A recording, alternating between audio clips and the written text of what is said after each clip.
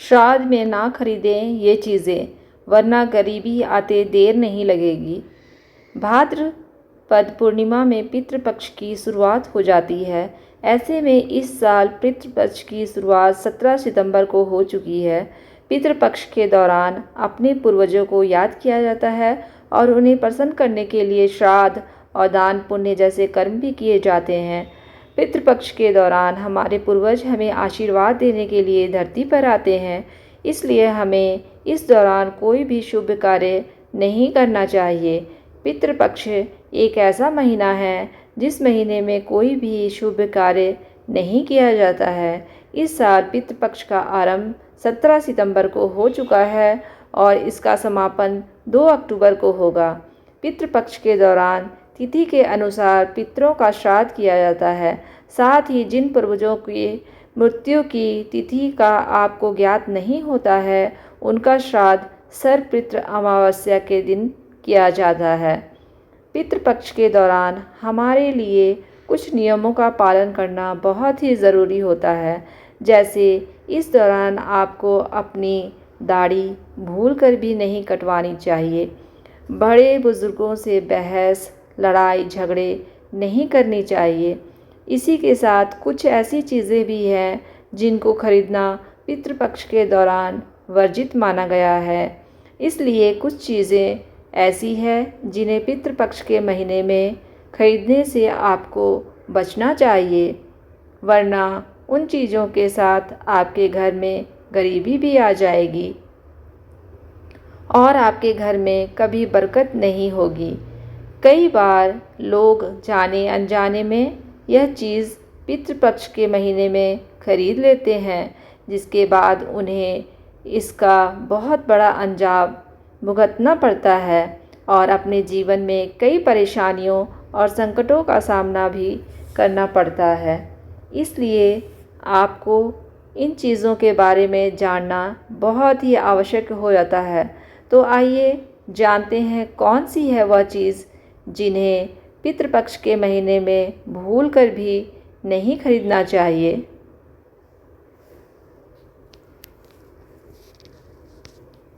Number 1, तेल। अगर आप श्राद्ध के दौरान सरसों का तेल खरीदते हैं तो इससे पितरों के साथ आपसे शनि देव भी नाराज़ हो जाते हैं। अगर आप सरसों का तेल खरीदते हैं तो आपके पितरों के साथ साथ शनि देव के भी क्रोध का सामना करना पड़ सकता है। इसलिए गलती से भी पितृपक्ष के दौरान आपको सरसों के तेल को नहीं खरीदना चाहिए। इसको भी पितृपक्ष शुरू होने से पहले ही खरीद कर अपने घर में रख लेना है। नंबर 2, पितृपक्ष के दौरान आपको नया वाहन खरीदने से बचना चाहिए। पितृपक्ष के दौरान अगर आप वाहन खरीदते हैं तो आपको वाहन दोष भी लग सकता है, जिसकी वजह से आपके साथ बार बार दुर्घटना भी हो सकती है। पितृपक्ष का महीना मृतक की शोकपूर्ण याद के रूप में मनाया जाता है, इसलिए इस महीने में नया वाहन या फिर कोई बड़ी संपत्ति खरीदने से बचना चाहिए, वरना आपको अपनी जान हानि की संभावनाएं रहती हैं। नंबर 3, पितृपक्ष के दौरान आपको कोई भी संपत्ति, भूमि, यहाँ तक कि एक नया घर खरीदना भी आपके लिए बहुत ही अमंगलकारी साबित हो सकता है।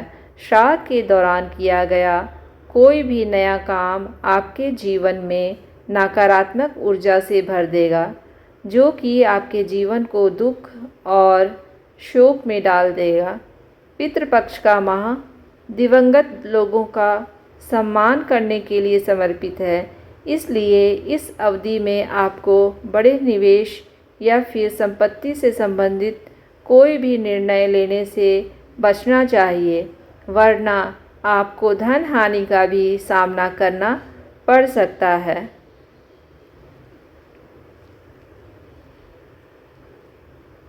नंबर 4, पितृपक्ष के दौरान आपको अपने घर के लिए कोई भी नया फर्नीचर, सजावटी सामान या फिर घर के माहौल को बेहतर बनाने वाली कोई भी चीज़ नहीं खरीदनी चाहिए।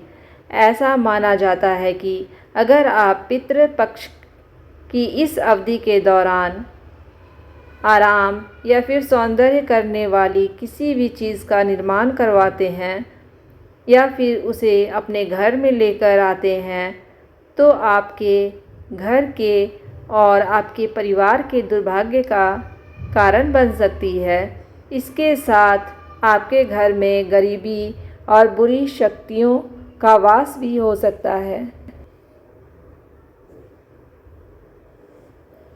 नंबर 5, आजकल आधुनिक युग में लोग ज़्यादा ध्यान नहीं देते हैं और अगर उनका कोई भी इलेक्ट्रॉनिक उपकरण खराब हो जाता है तो वह तुरंत ही नया ले लेते हैं। लेकिन आपको बता दें, पितृपक्ष के इस महीने में आपको इलेक्ट्रॉनिक उपकरण जैसे फ्रिज, टीवी, मोबाइल, लैपटॉप जैसी चीज़ें भूल कर भी नहीं खरीदनी चाहिए, वरना आपको अपने जीवन में कई समस्याओं का सामना भी करना पड़ सकता है और आपके घर में उदासी भरा माहौल छा जाएगा। नंबर 6, पितृपक्ष के दौरान लोग आमतौर पर नए नए वस्त्र और आभूषण खरीदते रहते हैं।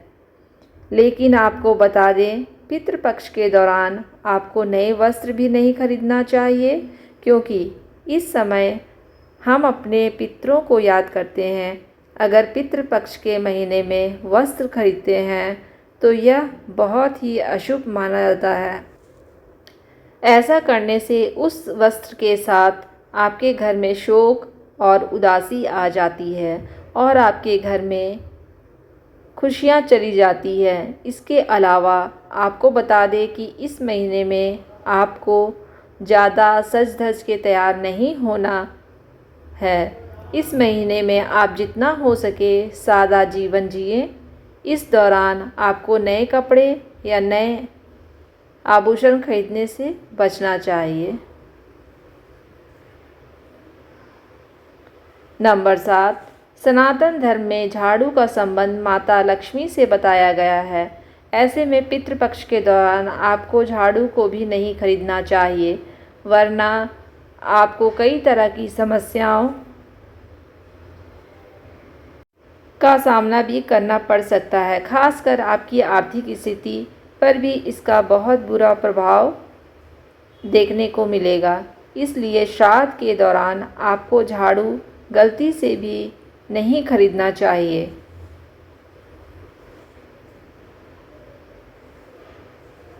नंबर 8, पितृपक्ष के 15 से 16 दिनों में भूमि, भवन खरीदने से भी बचना चाहिए। अगर आप गलती से ऐसा कर देते हैं तो बुरे परिणाम आपको अपने जीवन में भुगतने पड़ सकते हैं। इस दौरान अगर आप किसी भूमि पर या फिर वाहन की खरीदारी करते हैं तो आपको बहुत भारी नुकसान भी उठाना पड़ सकता है। साथ ही ऐसा करने से आपके पूर्वज आपसे नाराज़ हो जाते हैं, जिसकी वजह से आपके घर की बरकत और सुख समृद्धि नष्ट हो जाती है।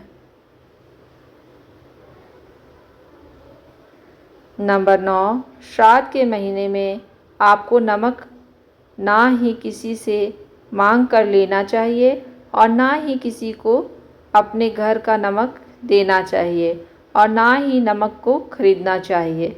श्राद्ध शुरू होने से पहले ही आपको नमक को खरीद लेना है।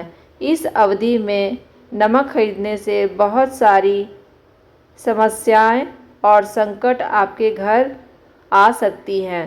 साथ ही ऐसा करने से आपके पितृ नाराज हो सकते हैं। पितृपक्ष के दौरान सफ़ेद नमक के दान का बहुत महत्व है। सफ़ेद नमक के दान करने से आपके पितृ आपसे प्रसन्न होंगे और आपकी कुंडली से पितृदोष शांत हो जाएगा।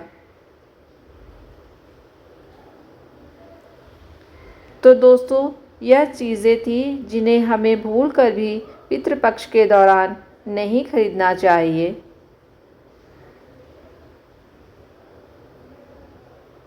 यह सारी जानकारी जन रुचि को ध्यान में रखकर दी जा रही है।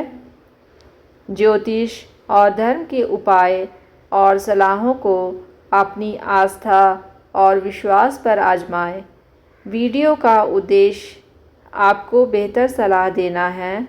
इस संदर्भ में हम किसी प्रकार का कोई भी दावा नहीं करते हैं। उम्मीद करती हूँ आज की वीडियो आपको पसंद आई होगी। अगर वीडियो आपको पसंद आई है तो प्लीज़ लाइक, सब्सक्राइब, शेयर और कमेंट ज़रूर करें।